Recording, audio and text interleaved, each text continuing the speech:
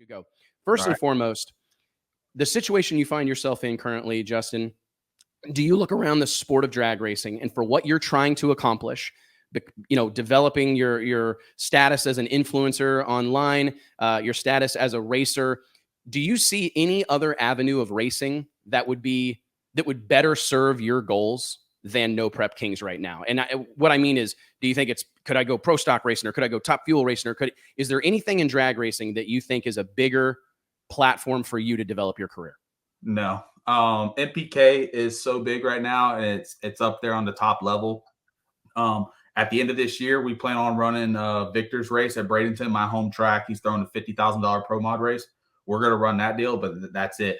But with NPK, I've had people actually reach out to me to want to do other TV shows, that want to start up a show, want me to form a team, and I just tell them no, because I'm loyal to the NPK right now, and I'll stay loyal to them because they've been so good to me. Not everybody was able to get in, and I had to work hard to get in. I didn't just get handed and said, "Hey, you're in here. We're not going to allow nobody else in." There was a lot of people. There was like 27 of us running in 2019 in the future Street Outlaw class, and I was the only one that got brought up. And I'm not saying that because maybe I thought I was better or whatever. I put in the time. My crew put in the time. We were great for TV.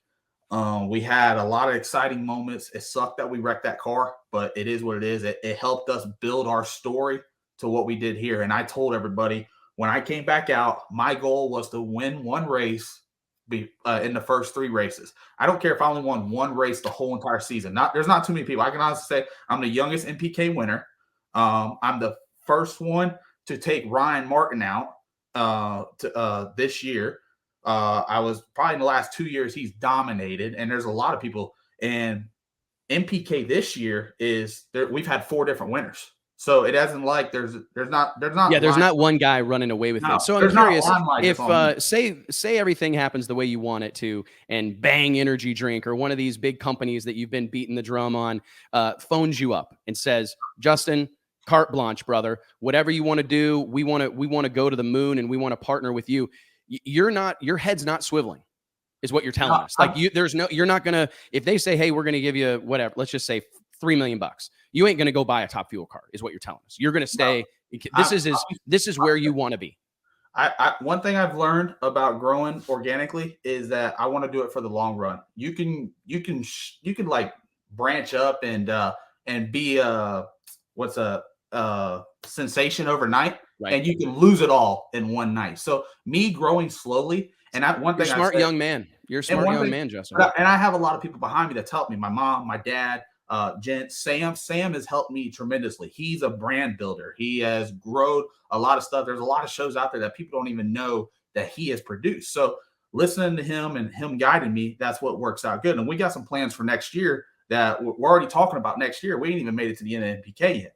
So that's the good thing I like about it and helping me out. But I've also said that I don't think I would get caught up with no corporate companies, because once you do that, then you got to go to like how NHRA is. You got to be a fucking tie wearing. You gotta stand up straight. So I would never go down that road. I feel my fan base, I make a living what I'm doing now. It's only going to get bigger. I just have to put in the time. Sometimes I get a little discouraged on how it's going, and then I have to remind myself that it's growing slowly, that it needs to keep growing, and it'll be here for the long run. I'd rather make my money 10 years from now than 10 days from now. Man, you've got for as over the top as you may come across on social media, man. I've said this to you before.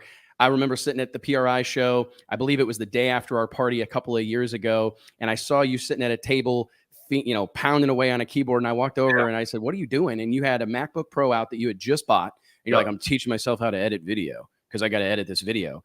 And I'm like, this is an amazing thing, man. That kind of dedication, because everybody else is still stumbling around with their hangover from Drag Illustrated After Hours the night before, looking forward to the next party, and you were banging out an edit. And I just thought, I think this guy's headed the right direction. You have to be.